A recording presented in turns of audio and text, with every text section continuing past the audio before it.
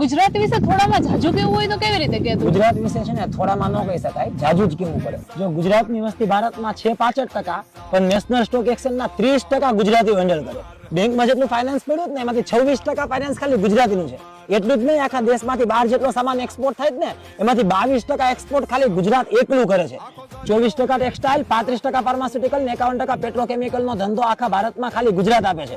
ગુજરાત જેવા જ અલગ દેશ હોત ને તેની જીડીપી 12% કરતા વધારે હોત, ચાઇના જેટલી જ. અને એટલું જ નહીં, આખા દેશમાં આંખનું દાન કરતું કોઈ રાજ્ય હોય ને સૌથી વધુ તે ગુજરાત છે. સૌથી વધુ વૃક્ષ વાવવાનો વર્લ્ડ રેકોર્ડ ગુજરાતના નામે. આખા એશિયાનું ગ્રીનેસ્ટ કેપિટલ ગુજરાતનું ગાંધીનગર. સૌથી વધારે દૂધ ક્યાં મેન્યુફેક્ચર થાય ગુજરાતમાં.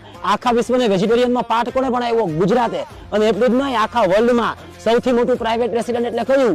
આપણું લક્ષ્મી વિલાસ. એ બકિંગહામ પેલેસ કરતા 4 ગણું મોટું છે. અને સૌથી મોટી વાત, ગુજરાતી માણસને સમજવો ને એ સહેલું નથી. ગમે એવો કરોડપતિનો દીકરો હોય ને તો માનતા પૂરી કરવા ચોટીલાના દ્વારકા હાલીને જતો હોય ને, ઈ મારો ગુજરાતી. સંસ્કૃતિને માથા ઉપર રાખે ને, ઈ મારો ગુજરાતી. કરોડપતિનો દીકરો હોય તો પરિવાર ભેગો જ રહેતો હોય ને, મા બાપની સેવા કરતો હોય ને, ઈ મારો ગુજરાતી. વિદેશમાં જઈને ગુજરાતી થાળી ગોતતો હોય ને, ઈ મારો ગુજરાતી. જ્યારે આઝાદી મળી ને ત્યારે 562 રજવાડામાંથી 366 રજવાડા ખાલી ગુજરાતના હતા.